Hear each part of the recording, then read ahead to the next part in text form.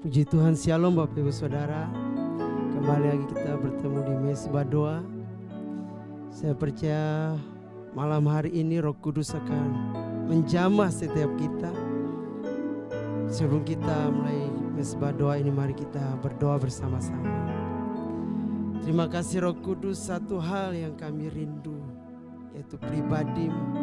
Kami rindu di hari-hari ini, kerinduan akan pribadi-Mu semakin besar di dalam kami. Kami rindu umat-Mu mengalami jamahan-Mu. Kami rindu umat-Mu mengalami pengalaman yang baru dengan Roh Kudus di hari-hari ini. Kami berdoa Tuhan melalui Mesbah Doa ini, setiap pujian penyembahan akan firman disampaikan Tuhan. Ada kesembuhan, ada pemulihan, ada penuaian yang besar, ada keselamatan yang besar. Kami percaya akan janji firman-Mu. Terima kasih ya Bapa di sorga, di dalam nama Yesus kami siap untuk menyembah. Haleluya, sama-sama katakan amin. Datang Roh Kudus, Kau rindu, dengan minyak yang baru urapiku, mengalir penuhiku, mengalir pulihkanku. Kuasa-Mu bebaskan hidupku. Datang Roh Kudus, Kau rindu, dengan minyak yang baru urapiku, mengalir penuhiku, mengalir pulihkanku. Kuasa-Mu bebaskan hidupku. Satu yang ku rindu, bersekutu denganmu, bawaku lebih lagi tinggal di dalam-Mu, nikmati hadirat-Mu, jamalah seluruh hidupku.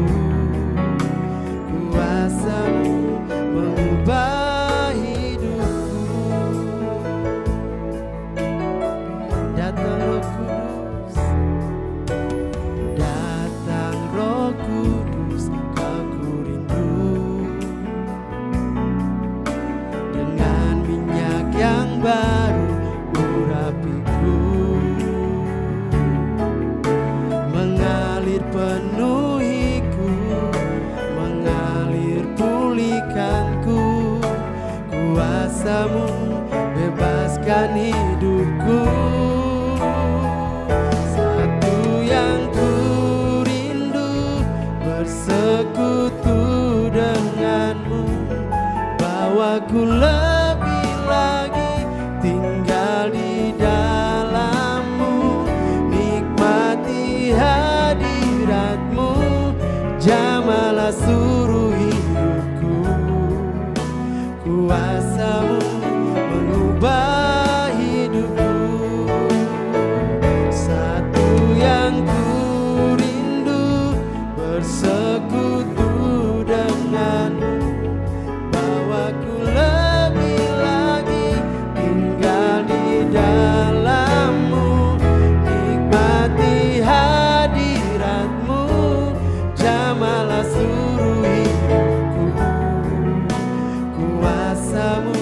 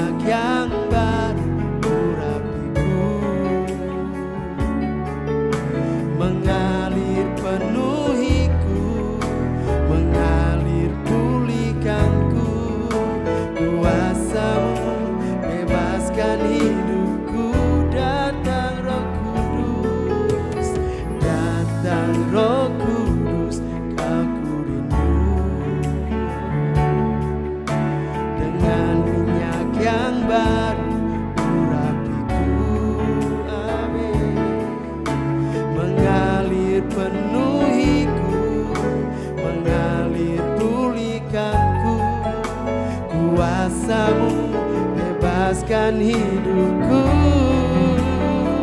Satu yang ku rindu bersekutu denganmu, bawaku lebih lagi tinggal di dalammu, nikmati hadiratmu, jamalah seluruh hidupku. Kuasamu mengubah hidupku.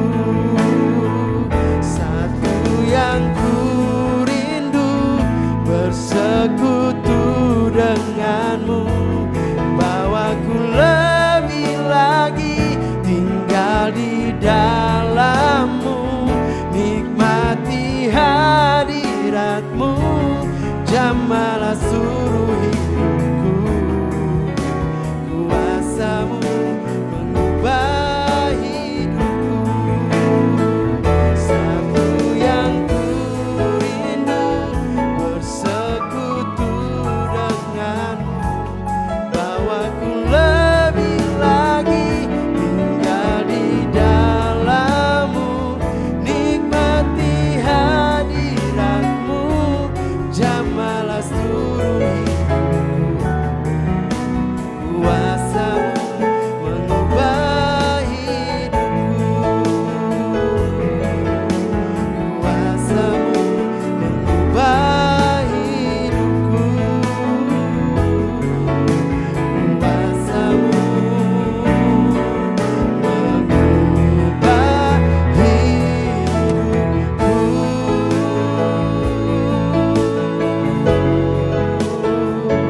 Haleluya.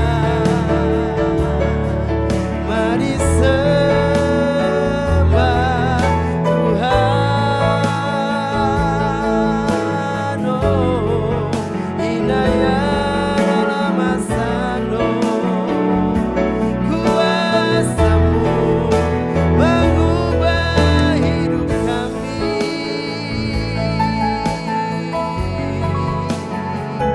Mari sembah Tuhan. Inaya dalam masiki dalam masano. Hira dalam masiki dalam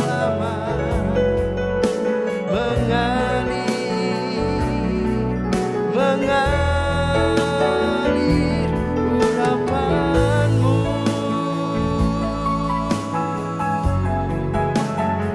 Mari sembah Tuhan saudara. Angkat suaramu, angkat tanganmu. Kiralah basando, alami kuasanya malam hari ini, alami urapannya malam ini.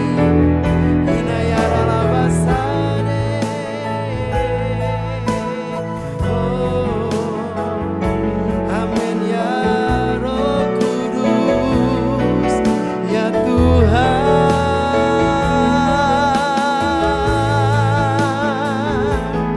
Jamah umatmu, penuhi umatmu. Haleluya.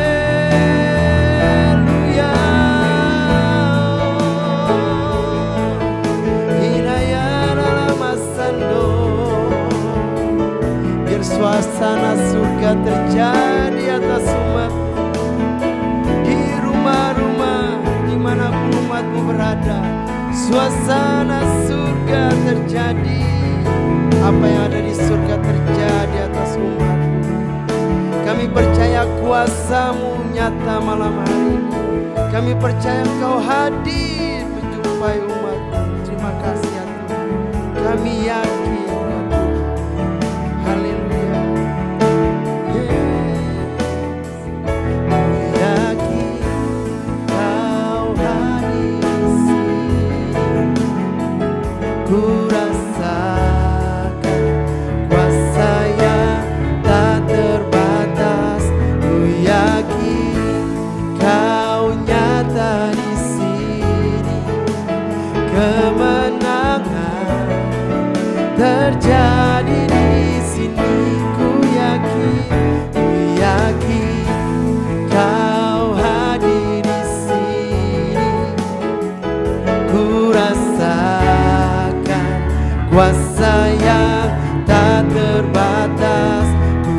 yakin Kau nyata di sini, kemenangan. Sekali lagi sama-sama katakan, ku yakin Kau hadir di sini. Ku rasakan kuasa yang tak terbatas. Ku yakin Kau nyata di sini, kemenangan terjadi di sini. Segenap jiwaku memujimu. Sungguh besar Kau Yesusku, segenap hatiku menyembahmu. Kau besar, Kau besar.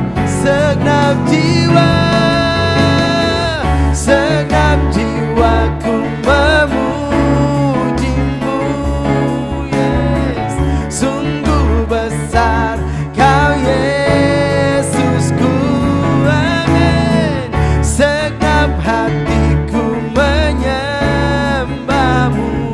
Kau besar, Kau besar, Kau besar, Kau besar, Kau besar.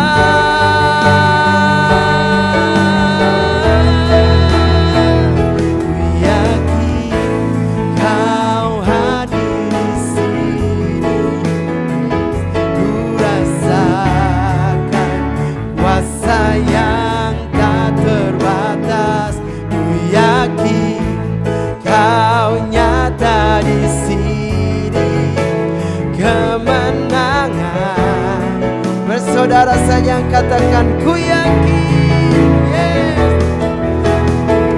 Amin Tuhan. Oh rasakan ramase, kuasa yang tak terbatas terjadi, haleluya.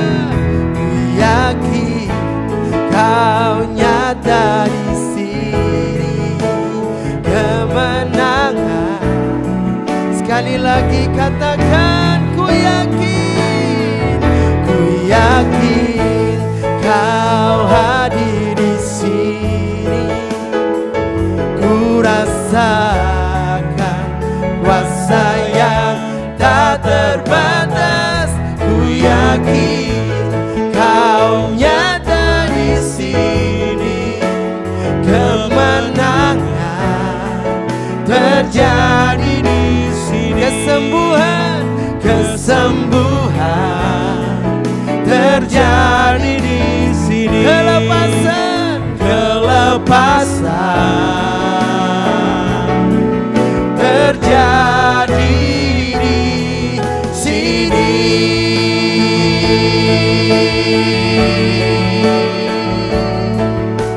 Uralabataka dia muralabanaya syandare ke dia murolobonaya.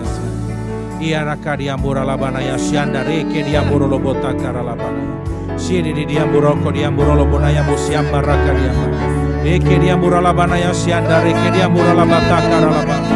Pengurapan-Mu menyertai setiap kami, keluarga kami, pekerjaan kami, usaha kami, pelayanan kami. Uraka dia murolobonaya syandare raka dia muralabataka dia muralabana. Tede dia murolobonaya syandare raka dia muralabanaya syandare. Uraka dia muralabanaya syandare ke dia muralabataka dia muralabana. Terima kasih Tuhan. Terima kasih Tuhan, Engkau Allah yang setia bagi setiap kami. Terima kasih Tuhan, kalau keluar masuk kami selalu dijaga dan kami selalu dibela oleh Tuhan. Terima kasih Tuhan untuk keluarga kami. Terima kasih Tuhan untuk hari ini. Kami percaya semua yang kami terima itu adalah kebaikan yang datang daripada Tuhan. Semua yang kami terima sampai hari ini itu semua adalah berkat yang datang daripada Tuhan. Setiap ujian yang perlu kami lewati, kami percaya akan membuat kami semakin kuat, iman kami semakin kuat, kami akan semakin serupa dan segambar dengan Tuhan. Terima kasih Bapak, terima kasih Tuhan.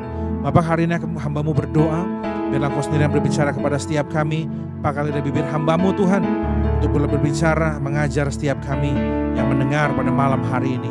Tuhan, Aku berdoa biarlah Engkau sendiri yang membajak hati setiap kami, jadikan hati kami sebagai tanah yang subur, supaya waktu benih kebenaran firman itu boleh mendarat di hati kami, benih kebenaran itu boleh bertumbuh dan berbuah dengan lebat. Terima kasih Tuhan, ini waktunya Kau berbicara, kami siap untuk mendengarkan. Di dalam nama Tuhan Yesus, kita siap diberkati Tuhan. Sama-sama kita katakan, amin. Shalom saudara. Selamat malam, kita berjumpa lagi ya di Mesbah Doa. Nah, hari ini kita mau sama-sama belajar. Bapak Ibu Saudara, boleh kita buka sama-sama Alkitab kita di Matius yang ke-21, ayat yang ke-18 dan 19. Matius 21, 18, 19. Kita baca sama-sama ya. Pada pagi-pagi hari dalam perjalanannya kembali ke kota, Yesus merasa lapar. Dekat jalan ia melihat pohon ara lalu pergi ke situ. Tetapi ia tidak mendapat apa-apa pada pohon itu selain daun-daun saja.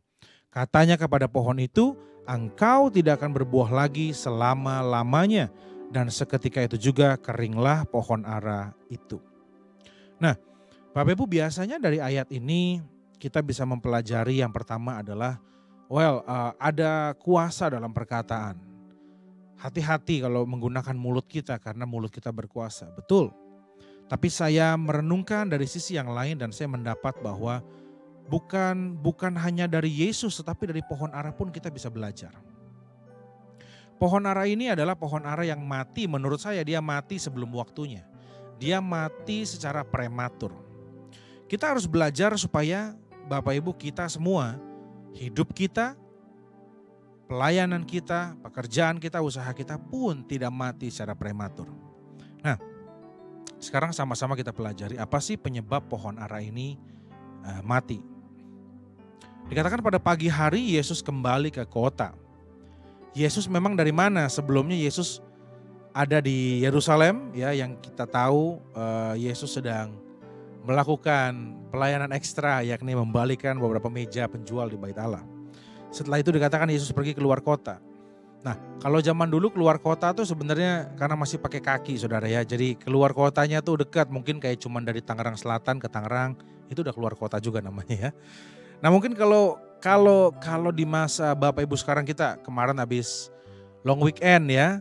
Mungkin ada sebagian kita yang long weekend kita ke mana? Ke Bogor mungkin ya, ke Puncak, ke Bandung. Nah, buat kita itu nggak jauh sekarang dengan adanya tol. Nah, dikatakan habis kita pergi ke satu tempat berlibur gitu ya. Let's say saudara ke Puncak atau ke Bandung. Nah, waktu kita di jalan kita lapar. Kalau Yesus dia lapar dan dia melihat ada pohon ara. Pohon ara perlu saya kasih tahu Bapak Ibu Saudara, pohon ara itu berbeda dengan pohon lainnya. Contohnya pohon mangga. Kalau pohon mangga itu di Indonesia dia berdaun dulu lebat baru berbuah. Tapi kalau pohon ara itu dia berdaun dan berbuah secara bersamaan. Jadi ada bedanya Bapak Ibu Saudara ya. Nah, kalau Yesus lihat daun maka pasti seharusnya ada buah. Nah, sama seperti kita, waktu kita sedang pergi berlibur lalu di tengah jalan kita merasa lapar. Kalau dulu Yesus rest areanya pohon ara, kita rest areanya sekarang ada banyak makanan Bapak Ibu ya. Nah, kalau misalnya Bapak Ibu mampir ke rest area lalu Bapak Ibu pesan makanan. Ini makanan Sunda misalnya gitu ya. Lalu kita mau makan ayam bakar pakai sayur asem. Lalu waktu kita bilang, Bu mau pesen ayam bakar buat kita sekeluarga 5. Terus ibunya bilang begini, Pak mohon maaf Pak ayamnya habis. Ayamnya habis, ya udah ikan deh ikan bakar. Pak mohon maaf ikannya juga habis. Yang ada apa? Lauknya tahu aja tempe. Pak tahu dan tempe juga kebetulan sedang habis. Ya ampun, kita mungkin kesel, saking keselnya bisa ngomong begini, udah nasi aja sama garam deh gitu ya, ngeledek.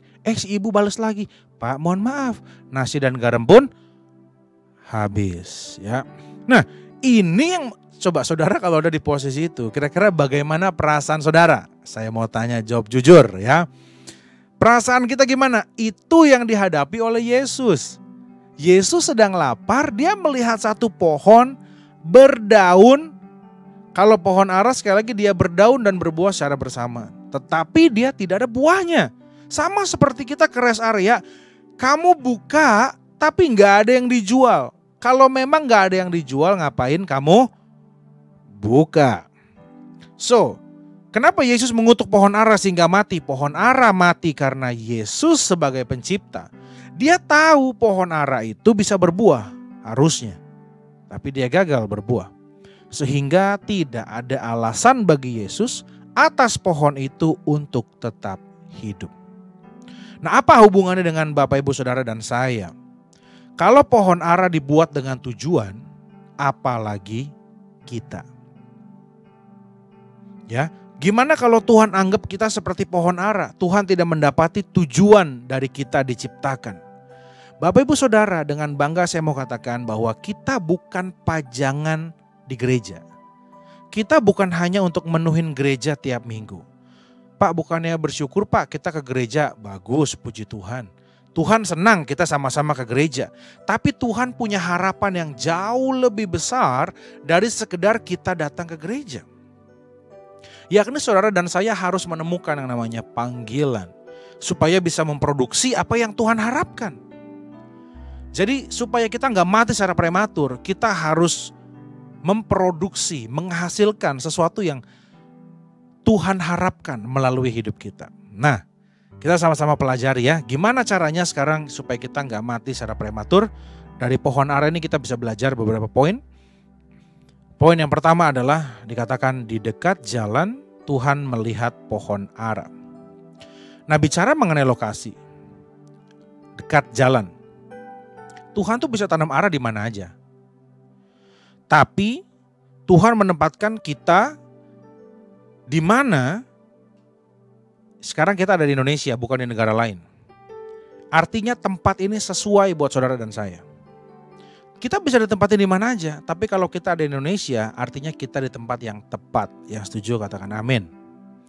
Kalau ara di pinggir jalan, dia udah didesain Tuhan, dia akan ketemu dengan Yesus suatu saat nanti. Tetapi karena si pohon ini, kalau ara ini gak ada di pinggir jalan, di pinggir jalan panas. Mendingan saya di atas bukit, kena angin. Lalu ada goanya, saya di mulut goa aja. Supaya hujan gak kehujanan. Supaya waktu panas gak kepanasan. Tapi saudara, kalau pohon ara tidak di pinggir jalan, dia tidak akan mengalami perjumpaan dengan Tuhan. Tuhan taruh dia di pinggir jalan karena Tuhan tahu one day dia akan menghampiri pohon ara ini untuk menerima hasil buah yang diproduksi oleh pohon tersebut. Nah, jadi bukankah esensi kita sebagai orang percaya adalah mengalami perjumpaan dengan Tuhan? So, di mana kita ditempatkan Tuhan? Di Indonesia, di Banten, di Tangerang Selatan. Saudara dan saya bertumbuh di GBI WTC. Kita ada di mana kita bekerja, keluarga kita, itu semua tepat daripada Tuhan. Nah, kalau kita belum ngerti kenapa saya ada di negara ini udah kita bisa banyak mengeluh soal bangsa ini saudara ya. Mungkin kita bisa mengeluh tentang kantor kita, tentang keluarga kita. Tapi kalau orang sudah mengerti apa tujuan Tuhan taruh kita di satu tempat, pertanyaannya akan berubah menjadi apa tujuan Tuhan taruh saya di sini. Kalau belum ngerti biasanya kenapa? Pertanyaannya kenapa? Kenapa sih Tuhan taruh saya di sini? Mendingan di Eropa, negara yang dingin, bersalju, mungkin di negara yang nggak pernah perang. Kenapa? Kalau kita mengerti biasanya kita akan mengubah pertanyaan kita menjadi apa alasan Tuhan taruh kita di sini. Saya mau sedikit mereview saudara. Kata destination berasal dari kata destiny plus nation. Jadi destiny itu ngeling itu apa? Berhubungan dengan negara di mana kita berada. Contoh, semua orang di Alkitab, saudara bisa sebut, semua orang di Alkitab itu Tuhan pakai di tempat yang spesifik. Contohnya, Tuhan pakai Yusuf di Mesir. Tuhan pakai Daniel di Babel. Abraham disuruh keluar dari tanah kelahirannya, tinggalkan semua semua yang dia punya ke tempat yang lain. Setelah dia pergi, baru Tuhan ngomong janjinya bahwa Abraham akan memiliki keturunan dan lain sebagainya. Ishak besar di kota lain, ada kelaparan, dia mau ngungsi, tapi Tuhan bilang jangan. Jadi ada orang yang memang lahir di situ, besar di situ, berkarya di situ. Ada orang yang lahir di satu tempat dan dia harus pergi, seperti Abraham. Ada yang mau pergi nggak dikasih, seperti Ishak, ya. Jadi ini bicara mengenai apa? Ada kita yang memang dari lahir di Indonesia, besar di Indonesia, Tuhan mau kita berdampak di Indonesia. Nah, tapi juga ada orang-orang misionaris yang memang lahir di Indonesia, tapi memang Tuhan akan panggil dia untuk negara-negara lain. Ada. Yang justru kalau dia nggak keluar, dia nggak diberkati. Ada. Karena memang berkat Tuhan adalah kalau kamu melakukan perintah Tuhan. Kamu lahir di Indonesia, tapi kamu diutus Tuhan ke tempat yang lain, misalnya gitu ya. Jadi biasanya sebagian besar destiny kita itu selalu nge-link dengan nation di mana kita berada. Nah, yang jelas saya mau ingatkan saudara, kalau kita pergi, artinya gini, saya udah capek misalnya ya, saya capek di Indonesia, udah saya mau pindah aja ke negara lain, tapi tidak disuruh Tuhan. Kita pikir kita sedang cari way out. Kalau kita melakukan hal itu, kita pergi, itu sama dengan kita mendiskualifikasi diri kita dari destiny, dari panggilan yang membuat kita menjadi tidak maksimal. Saudara bisa berpikir dengan lari itu ya yang penting kerjaan aman.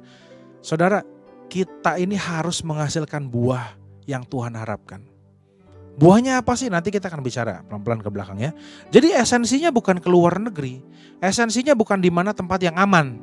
Oh, yang paling jarang perang negara ini, saya mau ke sana aja. Esensinya bukan negara mana yang aman. Bukan mata uang mana yang paling besar. Di dalam panggilan, semua yang saudara butuhkan, Tuhan sediakan. Esensinya adalah mengalami perjumpaan dengan Tuhan dan berada di mana Tuhan mau kita berada. Ini poin nomor 1, bicara mengenai tempat. Sekali lagi, baik pekerjaan, baik negara, baik semua pelayanan, saudara ada di mana. Yang penting kalau kita tidak ketemu dengan Tuhan, wah saudara, esensi kita sebagai orang percaya, hidup kita gak akan maksimal. Jadi di mana kita ditempatkan, meskipun tempatnya gak enak, tapi ada satu season di mana Tuhan berharap bertemu dengan kita di sana. Begitu kita bertemu dengan Tuhan di tempat yang gak enak, saudara akan keluar menjadi pribadi yang kuat, yang tangguh, dan siap untuk peperangan berikutnya. Nah, itu poin pertama, kita bicara mengenai tempat atau posisi. Yang kedua yang kita bisa pelajari adalah di dekat jalan Tuhan melihat pohon ara. Kok sama dengan nomor 1? Kalau tadi bicara tempat, yang kedua ini bicara mengenai waktu. Apa maksudnya? Tuhan juga atur saudara dan saya hidup di waktu tertentu yang Tuhan mau. Jadi kalau kita hidup sekarang 2025, saudara dan saya masih hidup, maka artinya ada tugas buat saudara dan saya untuk zaman ini, di tahun ini yang harus kita selesaikan. Contoh, saudara dan saya udah gak perlu lagi berjuang supaya Indonesia diakui negara lain dan merdeka. Itu sudah dilakukan oleh Bapak Proklamator dan teman-temannya puluhan tahun yang lalu. Untuk saudara dan saya sekarang, mungkin sudah merdeka secara negara-negara sudah mengakui kita. Tetapi secara kemiskinan, secara kebodohan, secara masih banyak yang belum merdeka secara internal bangsa Indonesia. Mungkin itu yang perlu kita kerjakan. Kalau Tuhan lewat pohon ara baru sebulan, apa yang bisa diharapkan? Ini bicara mengenai time. Tuhan menghampiri pohon ara, begitu dia seharusnya sudah bisa berbuah. Gak mungkin Tuhan nagih buah dari pohon ara waktu dia baru ditanam. Atau baru 3 hari. Atau baru pokoknya yang dia belum sempat berbuah. Gak mungkin. Jadi waktu Tuhan menghampiri pohon ara, itu artinya harusnya pohon itu sudah bisa berbuah. Jadi jangan bilang saya terlalu tua, biar aja yang muda-muda melayani. Yang muda biar melayani. Bapak ibu saudara juga melayani Tuhan. Amin. Mungkin beberapa posisi memang biar gereja makin muda, boleh. Tapi bukankah memuridkan adalah perintah Tuhan buat kita semua. Bapak ibu bisa menjadi SGL. SGL adalah pelayanan sampai kita dipanggil Tuhan, Bapak ibu saudara ya. Jadi jangan bilang juga saya terlalu muda. Kalau ada anak-anak muda yang nonton ini, saya masih terlalu muda. Biar aja yang lain dulu yang kerjain. Saya lihat boleh, tapi jangan lihat terus dan gak ngapa-ngapain. Karena saat yang paling tepat untuk mengetahui panggilan kita adalah saat ini. Saat dimana kita mendengar firman ini. Kita harus mencari tahu apa yang Tuhan mau kerjakan lewat hidup kita. Apa yang Tuhan mau kita selesaikan. Itu mengenai yang kedua, timing. Gak ada timing yang kelamaan, kecepatan. Tuhan tahu kapan menghampiri kita. Kalaupun saudara baru ngerti ini di umur 60 tahun, Tuhan tahu kok kapan waktunya menghampiri saudara dan menagih buah. Dan Tuhan bisa katakan, kau hambaku yang setia.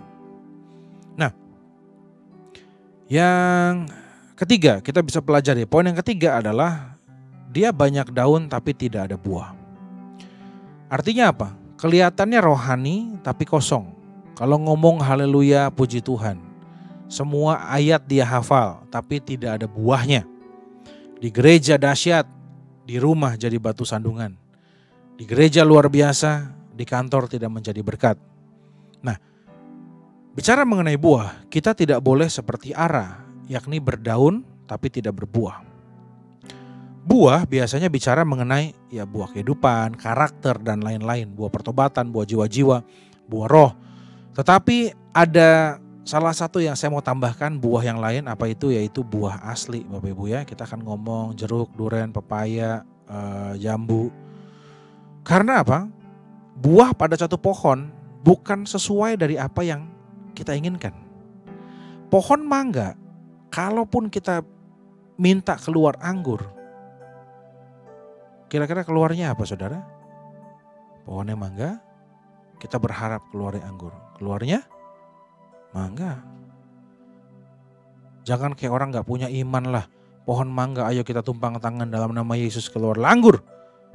Maka yang keluar adalah mangga. Saudara mau kelilingin 7 kali pun asal jangan roboh tuh pohon ya. Lalu kita puasa Ester 3 hari supaya ini pohon mangga bisa menghasilkan anggur. Ternyata keluarnya tetap mangga. Jadi apa yang menentukan buah? Bukan kita, bukan juga pohonnya. Buah dari satu pohon ditentukan oleh benihnya. Jadi nggak usah pusing. Kalau benih mangga, ya pasti akan berbuah mangga. Nggak usah repot, nggak usah pusing. Cukup siram, kasih pupuk, kena matahari, pasti menghasilkan mangga. Nah, bagaimana dengan saudara dan saya? Saudara dan saya memiliki benih, dan benih kita adalah benih ilahi. Tuhan memiliki tujuan spesifik untuk hidup saudara dan hidup saya. Panggilan itu bukan ada sejak kita dewasa, saudara. Panggilan itu ada sejak kita di dalam kandungan. Karena Tuhan bilang Tuhan sudah mengenal kita sejak kita di rahim orang tua kita.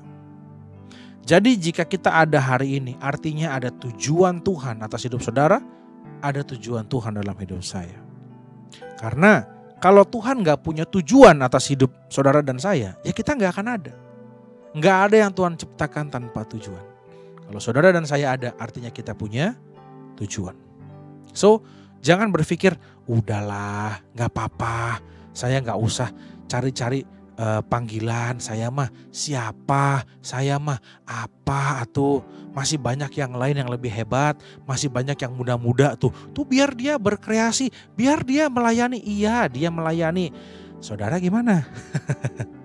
Jadi jangan bilang, saya masuk gak masuk panggilan, Tuhan mungkin gak lihat lah, gak tahu lah. Salah saudara ya, Tuhan menantikan semua kita menghasilkan buah yang manis untuk Tuhan. Ada beberapa poin yang keren yang saya mau sampaikan buat saudara. Yang pertama adalah, saudara, kita ini diciptakan satu-satunya di dunia. Saudara kalau dikasih kesempatan pergi keliling dunia sekalipun, saudara gak akan menemukan orang yang persis kayak saudara. Bahkan ada anak kembar, betul, bahkan kembar identik. Saya mau tanya, orang yang kembar identik aja bisa marah gak? Bisa berantem gak dia? Kalau kembar identik bisa berantem, berarti mereka tidak sama. Artinya tidak ada orang yang sama. Kita diciptakan satu-satunya di dunia ini. Jadi nggak ada orang yang lebih cocok mengerjakan perintah Tuhan dalam hidup saudara selain saudara. Jadi kalau kita dapat tugas, kita yang harus selesaikan. Poin yang kedua yang keren saya mau ngomong adalah Tuhan tidak jadikan saudara dan saya sebagai pemain cadangan. Jangan berpikir, ya nanti tunggu dia keseleo baru gua masuk. No, kalau main bola ya ada yang cadangan. Karena pemain terbatas. 11, di dalam Tuhan kita semua adalah pemain utama dan kita tidak punya cadangan. Jangan berpikir, aku capek, udah istirahat dulu. Yang lain maju. Nggak ada. Kita semua pemain utama dan kita tidak ada cadangannya. Jadi saudara dan saya harus terus berkarya buat Tuhan. Yang setuju katakan amin. So saya berdoa supaya kita semua bisa menemukan panggilan kita dan berjalan di dalamnya. Buat Bapak Ibu yang sudah yakin berjalan di dalam panggilannya, that's good. Saya berdoa Bapak Ibu terus bertumbuh, berkembang, menghasilkan buah lebih banyak. Menolong, mementor anak-anak muda yang juga punya visi yang sama yang Tuhan berikan untuk seperti yang saudara kerjakan. Saya sangat mendukung. Buat Bapak Ibu yang memang, ya ini saya lagi doakan, saya belum tahu. Saya sudah melayani sih, tapi saya merasa saya bisa memberikan lebih. Ini waktunya. Setiap kita cari benih kita apa. Karena benih kita ilahi. Kita bisa tanya sama benih kita. Apa yang Tuhan mau aku kerjakan. Nah, jadi saya berharap sampai poin ini saudara ngerti bahwa oke, saya harus ada dalam panggilan. Supaya kita gak mati secara prematur. Saya ada di Indonesia, betul. Apakah saya harus keluar dari bangsa ini? Tanya sama Tuhan. Hanya sedikit yang bukan misionaris biasanya lahir di Indonesia, berkarya di Indonesia. Nah, lalu saya ada di tahun segini. Kira-kira apa rencana Tuhan yang harus saya selesaikan di tahun ini? Atau untuk 5 tahun ke depan, 10 tahun ke depan. Semua perlu dicari tahu. Kalau mangga bingung harus berbuah apa, dia lihat benihnya. Bukan lihat pohonnya, bukan lihat daunnya, bukan lihat batangnya. Dia lihat benihnya. Dalam hal ini lihat bijinya, biji buahnya apa. Oh, benihnya mangga. Oke, maka aku akan berbuah mangga. Kalau dia benihnya mangga, dia gak usah effort keras pun Tuhan sudah berikan dia kemampuan untuk menghasilkan mangga. Nah kalau saudara, karena benih kita adalah ilahi, benih yang kudus. Jadi kita perlu bertanya kepada Allah, kepada Tuhan. Dengan cara apa? Kita berdoa. Apa yang harus kita kerjakan sekarang ini? Saudara yang saya sepertinya sudah dalam panggilan, tapi belum tahu benar apa enggak. Nah ini saya kasih tips untuk ngecek saudara ya. Ada tips cek kesehatan panggilan. Udah di panggilan atau belum? Kalau saudara yang masih bingung ya. Jadi mungkin saudara udah kerja, saudara bisnis, saudara ngajar, mungkin saudara sudah masuk ke dalam 7 pilar. Masalahnya adalah udah sesuai apa belum gitu ya. Tips simpel lagi nih, hidup di luar panggilan itu sengsara. Hidup di luar panggilan itu sengsara. Apa itu sengsara? Sengsara itu adalah pohon jeruk dipaksa berbuah durian. Artinya apa? Saudara sebenarnya pohonnya jeruk, diberikan kemampuan menghasilkan jeruk. Tetapi saudara karena ingin menghasilkan durian, melihat orang berbuah durian, maka saudara berusaha keras untuk menghasilkan durian. Komplain terus sama kerjaan, pusing terus sama kerjaan, marah-marah terus sama kerjaan. Jadi stres, jadi sakit-sakitan. Tapi tetap dikerjakan karena butuh hidup, butuh makan, butuh minum, butuh uang. Nah, kalau saudara ada yang seperti ini, saya mau katakan kita jangan mau menukar hidup kita dengan sesuatu yang lebih rendah, yakni makanan, minuman. Jangan tukar panggilan dengan makanan dan minuman, saudara. Kenapa? Karena di dalam panggilan semua yang kita butuhkan Tuhan sediakan. Alkitab bilang hidup ini gak sekedar makan, minum, dan pakaian. Saudara bisa bayangkan apa jadinya kalau orang hobi bola dipaksa jadi dokter. Apa jadinya orang yang punya kemampuan jadi dokter tapi dia main bola. Saya kasih cerita sedikit. Kalau orang itu jago main bola, anaknya suka main bola. Terus karena dia lahir dari keluarga dokter, dia dibilang begini, kamu main bola terus, mau jadi apa masa depannya? Kalau anaknya jawab pemain bola, dimarahin saudara ya. Kamu harus banyak belajar. Sekolah yang pintar, nanti jadi dokter. Kalau dia punya kemampuan jadi pemain bola, lalu dia kuliahnya dokter. Terus waktu dia ujiannya dapat jelek. Kenapa? Ya karena dia jagonya main bola. Waktu dia dapat nilai jelek, dia pasti akan salahin orang tuanya. Papa sih, mama sih, maksa saya jadi dokter. Nih lihat nih hasilnya, saya udah belajar, tapi nilainya jelek, gak lulus. Di lain cerita, ada orang yang memang dia sangat pintar, suka membaca, cocok jadi dokter, tapi dibalik disuruh sekolah bola sama orang tuanya. Yang seharusnya dia belajar baca buku, disuruh keluar aktivitas terus, main terus, latihan, lari, push up. Kamu harus kuat fisiknya, main bola. Singkat cerita dia sekolah bola. Baru masuk sekolah bola, latihan jatuh. Semua orang pemain bola biasa jatuh, tapi dia kali ini kakinya patah. Waktu kakinya patah, dia pasti mengeluh dan menyalahkan orang tuanya. Papa sih, mama sih. Orang yang suka main bola, jatuh, kakinya patah. Beda responnya. Aduh patah nih, gak bisa latihan nih. Aduh cepet dong mau sembuh, cepet dong mau main lagi dong. Meskipun kaki belum bisa main, tapi dia tetap belajar gimana bisa mengendalikan bola dengan baik. Dia pengen cepat sembuh karena dia. Terus dia pelajarin, kenapa kemarin gua jatuh ya? Gimana caranya supaya gua gak jatuh lagi ya? Orang yang memang kemampuannya berbuah jeruk, biarlah dia berbuah jeruk. Yang dokter sama. Kalau dia demennya main bola, ujian jelek. Yang suka jadi, yang memang punya kemampuan jadi dokter pun belajar. Bisa jadi ujiannya suatu waktu dapat jelek. Tapi waktu yang memang pengen jadi dokter dan ujiannya jelek, dia akan bilang begini, aduh kemarin belajarnya kurang. Aduh sebenarnya ingat udah belajar tapi lupa.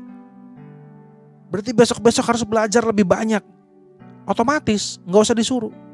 Nah yang harusnya main bola, komplain. Jadi saya mau titip pesan buat bapak, ibu, saudara, orang tua yang punya anak. Kita harus bawa mereka hidup takut akan Tuhan, saya setuju.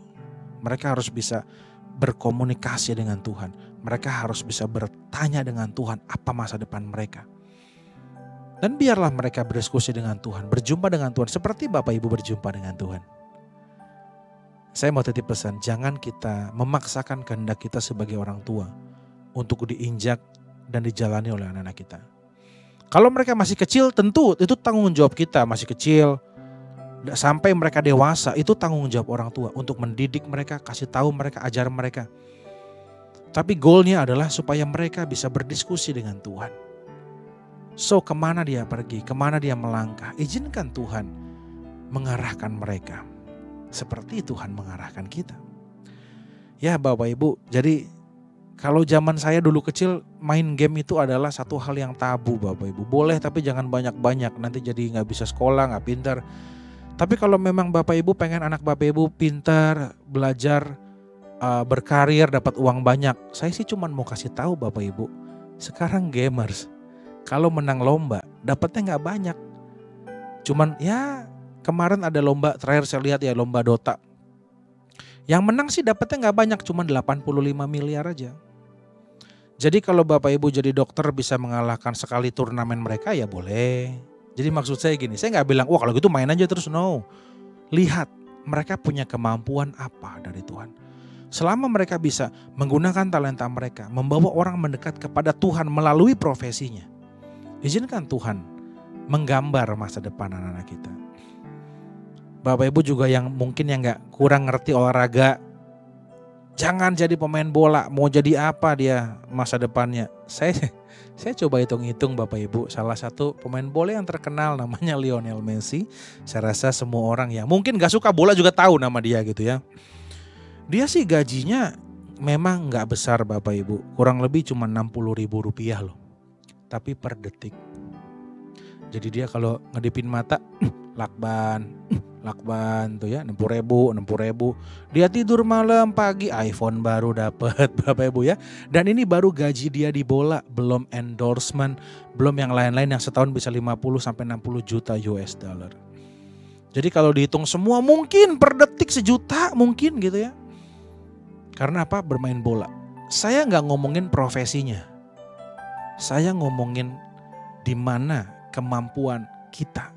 Di mana Tuhan memberikan kemampuan kepada kita. Di mana tempat kita harusnya berada. Potensi apa yang seharusnya keluar dari hidup kita. Saya gak bilang pemain bola lebih diberkati, bisnismen lebih diberkati. Kita lebih diberkati di mana Tuhan mau kita berada.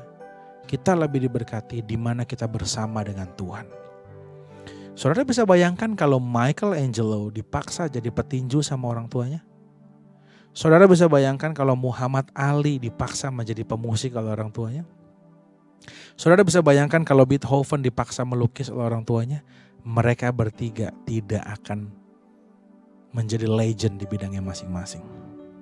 So, saya mau katakan kepada Bapak Ibu Saudara, tidak ada yang lebih indah daripada pohon durian diminta berbuah durian.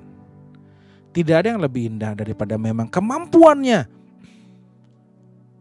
Dia memiliki kemampuan A dan diminta menghasilkan A. Wah, itu yang paling nikmat Bapak Ibu Saudara. Jangan kita tukar panggilan kita dengan makanan.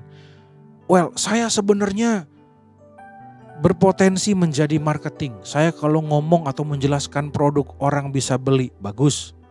Tapi yang buka lowongan akunting. Karena saya butuh makan, saya kerja. Dan baru sebulan saya stres. Karena rekan semeja saya gak ada yang ngomong dari mulai kerja sampai pulang kerja.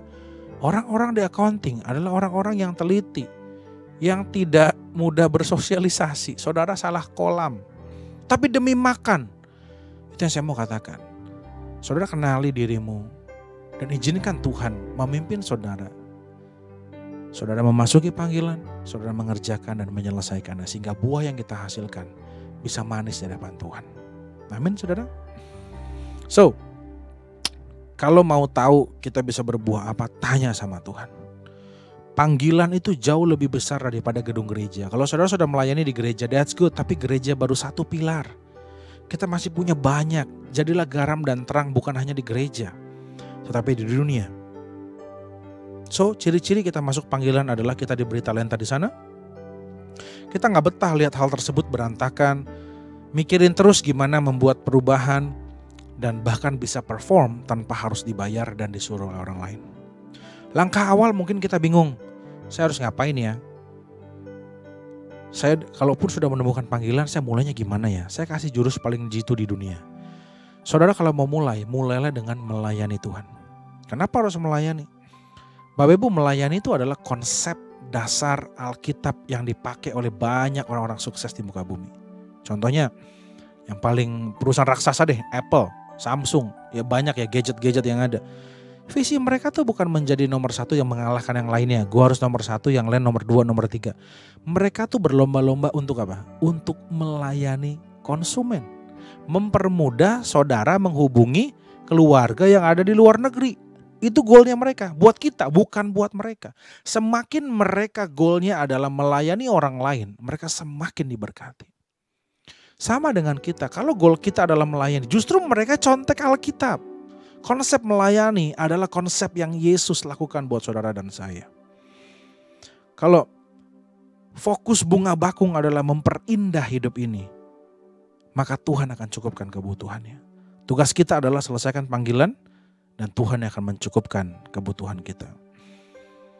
Oke, sisa waktu saya coba dengan cepat ya. Yang terakhir adalah kita bisa belajar poin yang keempat, meleset dari panggilan. Jangan kita seperti pohon ara. Menurut saya dia meleset dari panggilan. Makanya Tuhan kutuk dia sampai mati. Seolah-olah dia berkata, masa sih gue cuma harus menghasilkan pohon ara buat Yesus? Kasih gue kerjaan yang lebih besar dong. Masalahnya yang kecil aja gak dia kerjain. Dia berusaha mencari destiny orang lain yang dia masukkan ke dalam destiny hidupnya. Pohon ara merasa panggilannya lebih besar daripada kasih makan Tuhan. Yesus datang mau makan dari pohon ara. Tapi menurut pohon ara, ya masa cuma kasih makan Yesus sih, kurang lebih seperti itu saudara. So belajar setia pada perkara kecil. Atau saudara coba flashback.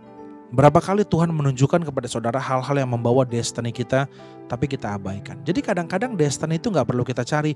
Kadang-kadang destiny itu datang dalam hidup kita. Kenapa ya belakangan ini kok saya kalau pelayanan atau kalau saya di rumah atau saya di kantor, kok orang-orang yang cerita sama saya kok keluarga melulu, pasangan terus. Jangan-jangan panggilan saudara memang ada di pilar family. Coba saudara flashback. Berapa kali, berapa banyak Tuhan mengizinkan ini terus dalam sekitar hidup kita. Jangan-jangan itu yang Tuhan tawarkan, Tuhan kasih tahu. Yang tinggal saudara ambil langkah di dalamnya. Jadi belajar responi setiap kebutuhan di sekitar kita. Melayani adalah prinsip dasar. Kita bisa menemukan panggilan dari melayani. Dengan kita melayani, nanti Tuhan bisa arahkan saudara kemana. Ya. Dan saya berdoa di tahun 2025 ini, yang belum menemukan panggilannya, supaya saudara berapapun usiamu, berapapun atau apapun posisi saudara di luar sana, setinggi apapun jabatan saudara, saya berdoa kita semua bisa menemukan panggilan yang datang daripada Tuhan. Supaya hidup kita maksimal dan waktu Yesus datang menghampiri kita, dia bisa mencicipi buah yang kita hasilkan. Dan Tuhan berkata, wah manis sekali buah yang kamu hasilkan. Untuk Bapak Ibu Saudara yang sudah bertemu dengan panggilannya, saya katakan sekali lagi, supaya bisa terus semakin diperbesar oleh Tuhan dampak saudara, supaya kita bisa terus menjadi berkat bagi banyak orang, menjadi teladan bagi generasi berikutnya, menjadi berkat bagi next generation, supaya mereka bisa mengikuti, bahkan bisa memperbesar apa yang sudah kita lakukan. Oke, saya berharap saudara belajar sesuatu pada malam hari ini. Jadi gak perlu jadi orang yang ajaib, gak perlu jadi orang yang heboh, yang hebat untuk menjadi luar biasa. Cukup punya standar hidup, cukup mengandalkan Tuhan, cukup tahu apa talentanya, dan hasilkan sesuai dengan apa yang Tuhan berikan. Saudara sudah menjadi orang yang luar biasa di mata Tuhan, dan luar biasa di mata sesama kita. Amin saudara. Nah, izinkan saya berdoa untuk Bapak Ibu Saudara, tapi boleh kita nyanyi dulu ya? Yuk kita muji Tuhan sekali lagi, nanti saya akan berdoa untuk Bapak Ibu Saudara semua.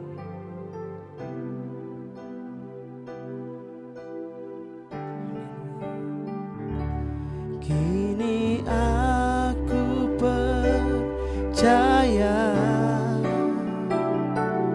tiada yang mustahil bagimu. Kuasamu kuatkanku, dasarku berharap. Kini aku berserah pada rancanganmu bagiku. Ku ikuti panggilanmu, ku kan setia sampai akhir hidupku.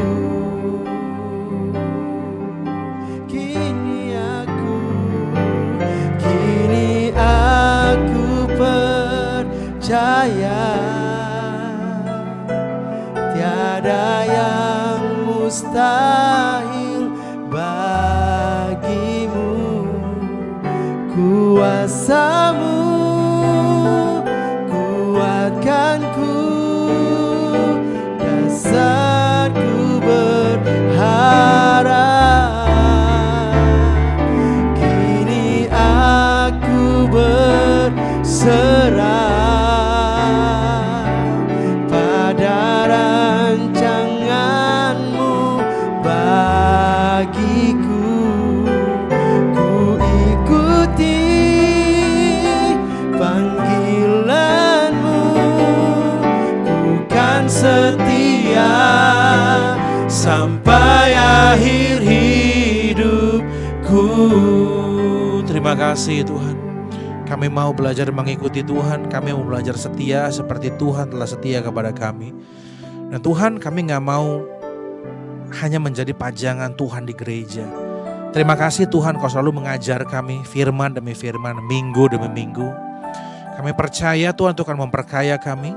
Biarlah setiap firman-Mu boleh tinggal dan mengubah kami, mentransformasi hidup kami. Sehingga kami boleh menemukan panggilan kami, berjalan di dalamnya dan menyelesaikan setiap perintah Tuhan dalam hidup kami. Bapak, Dari yang masuk akal sampai yang gak masuk akal, selama ini adalah perintah Tuhan, kami mau berkata ya kepada Tuhan. Karena kami melihat bagaimana gereja ini berjalan, semua yang di luar nalar manusia, toh penyertaan Tuhan boleh ada dan menyertai gereja ini. So demikian pula untuk kami Tuhan, kami mau belajar mengikuti Tuhan. Kami gak mau menolak, kami gak mau menimbang semua yang Tuhan percayakan. Kami mau belajar setia mengerjakannya. Karena kami percaya kalau kami berjalan, semua yang kami butuhkan akan Tuhan sediakan, akan Tuhan siapkan bagi kami. Dan biarlah semua kemuliaan hanya bagi Tuhan. Dan semakin banyak juga Tuhan, banyak dampak yang kami lakukan kepada orang-orang lain. Mereka yang membutuhkan pertolongan, mereka yang butuh pribadi Yesus, mereka boleh mendapatkannya melalui kami dan ministry yang kami bangun, melalui usaha kami, melalui pekerjaan kami, melalui pelayanan kami. Kami boleh berdampak positif bagi banyak orang di luar sana. Terima kasih Tuhan. Hamba-Mu juga berdoa Tuhan untuk setiap umat-Mu Tuhan yang membutuhkan pertolongan, mereka yang sedang sakit, hamba-Mu berdoa. Di dalam nama Yesus biarlah bilur-bilur-Mu mengalir Tuhan, menyembuhkan setiap kami yang sedang sakit, baik sakit yang ringan, sakit yang berat, bahkan tergeletak Tuhan di kamar, yang sedang koma. Kami berdoa kuasa-Mu menembus segala batas dan dimensi yang ada. Hamba-Mu berdoa setiap organ yang rusak akan kembali benar. Hamba-Mu berdoa Tuhan setiap hal dalam tubuh kami yang error, yang tidak berfungsi dengan benar, Tuhan jadikan kembali benar. Yang sudah gagal Tuhan boleh jadikan yang baru, sehingga kami boleh kembali sehat, kami boleh kembali berdiri, kami boleh kembali melayani Tuhan, bekerja, mengerjakan panggilan kami. Bapa, Hamba-Mu berdoa Tuhan untuk setiap mereka yang membutuhkan pekerjaan, mereka yang di PHK di tengah jalan, Tuhan bisa jadi adalah sebuah tanda awal kami untuk masuk ke dalam panggilan kami. Satu hal yang kami percaya, Tuhan, kami butuh tuntunan Tuhan, kami butuh arahan Tuhan. Bapa, aku berdoa supaya Engkau pribadi yang menjawab mereka, Engkau sendiri yang mengarahkan mereka, sehingga mereka Tuhan bisa masuk ke dalam panggilan mereka. Mereka memiliki keberanian untuk melangkah bersama dengan Tuhan. Biarlah firman Tuhan selalu menjadi dasar, landasan mereka dalam mengambil keputusan. Berikan mereka Tuhan, pertemukan mereka dengan orang-orang yang tepat, dengan posisi yang tepat, supaya rencana Tuhan boleh tergenapi dalam hidup mereka. Tuhan, aku berdoa buat mereka yang membutuhkan pasangan hidup. Tuhan, berikan mereka pasangan yang terbaik yang datang daripada Tuhan, yang bukan hanya sembarang, tapi memang yang akan kami ajak untuk membangun keluarga yang penuh dengan nilai-nilai kerajaan Allah, sehingga kami bisa menghasilkan keturunan juga yang berkualitas, yang takut akan Tuhan. Terima kasih Tuhan, berkati setiap keluarga-keluarga yang ada. Hamba-Mu berdoa supaya setiap pria boleh berfungsi menjadi imam di rumah tangga. Setiap istri boleh berfungsi Tuhan menjadi penolong yang setia, yang sepadan Tuhan, yang bisa sama-sama menopang Tuhan visi yang Tuhan berikan kepada keluarga, kepada suami.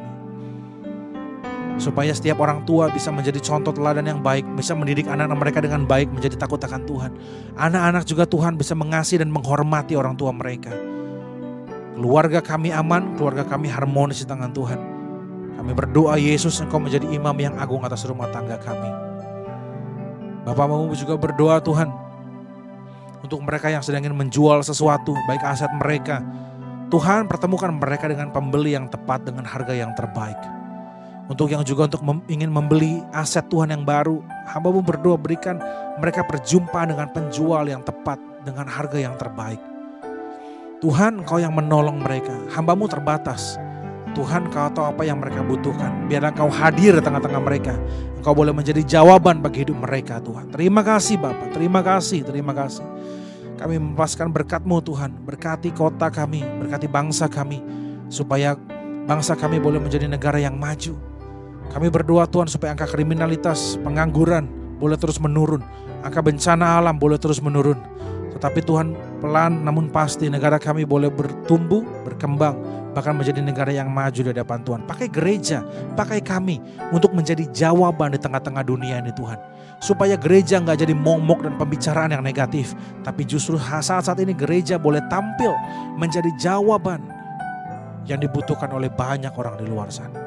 Terima kasih Tuhan, hamba-Mu telah selesai, tapi Roh Kudus Engkau terus berjaga-jaga kepada setiap mereka, kepada setiap kami. Dan sebelum kami selesai Tuhan, kami mau angkat dua tangan kami mau terima berkat daripada Tuhan. Biarlah berkat yang terbaik adalah Bapa di surga, berkat yang terbaik dari Tuhan Yesus, berkat yang terbaik dari Roh Kudus menyertai hidupmu, keluargamu, sekolah, kuliah, pekerjaan, bisnis, usaha, dan pelayananmu sepanjang hari ini, besok bahkan sampai selama-lamanya. Kita yang percaya diberkati Tuhan, sama-sama kita katakan amin. Selamat malam, Tuhan Yesus memberkati.